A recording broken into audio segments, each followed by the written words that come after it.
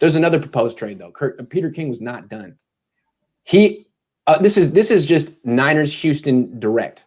The Niners would give up Fred Warner, Jimmy Garoppolo, Mike McGlinchey, first round pick this year, first round pick next year, second round pick next year, third round pick next year. 4 picks, 2 firsts, a second and a third. Fred Warner, who's got to be worth a first, and Jimmy G and Mike McGlinchey. What do you think of this? Well, I'm pretty sure that this won't happen. I can't see a way how this happened. I don't see how much value Mike McGlinchey has. It's not enough. It's not nearly enough. I don't know. And the funny thing about what Peter King said is like, he said that Fred Warner and Mike McGlinchey could be cornerstones for Houston. What? How could you put him in the same sentence as Warner? I didn't know that Houston needed a pass protecting titan. It's like I haven't seen it as a need for the team. So all I can think is that Peter King didn't watch the Niners very much after Jimmy Garoppolo got hurt last year. Because wow, Mike McGlinchey, the cornerstone, huh? So I was thinking, okay, so the Niners 2 firsts, Fred Warner is a first, he's worth a first, so that's 3 first-round picks, and the second and third, that's great. And Mike McGlinchey and Jimmy G. Peter King throws them in the deal like they have value. What is Mike McGlinchey's value right now? I think he throws him in there because he's a former first-round pick. So he's like his value would be like a what? 5th rounder. 5th rounder? Something like that. Okay. Yeah. I just put a poll on Twitter. Who has more trade value right now?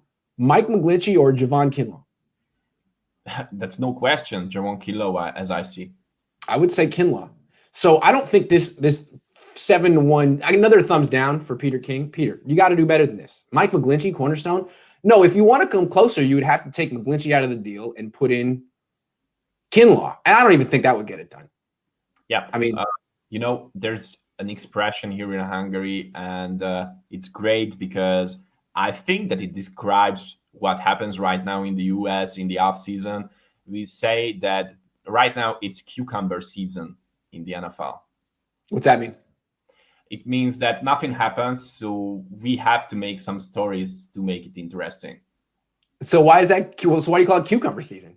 Yeah, because here in Hungary, when it's cucumber season, of course, most of Hungary in the past 50 years, before tourism and other things increased here in Hungary, most of the people were living just by working and having some fields to work farming with.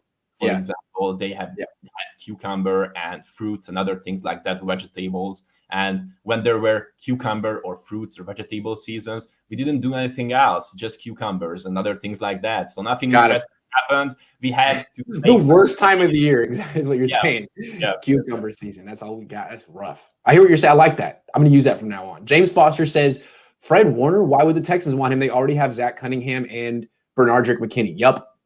This doesn't make any sense. Peter King, do better. No. If they're going to make a trade, I don't think Fred Warner does it. You got to throw in Bosa or Kittle.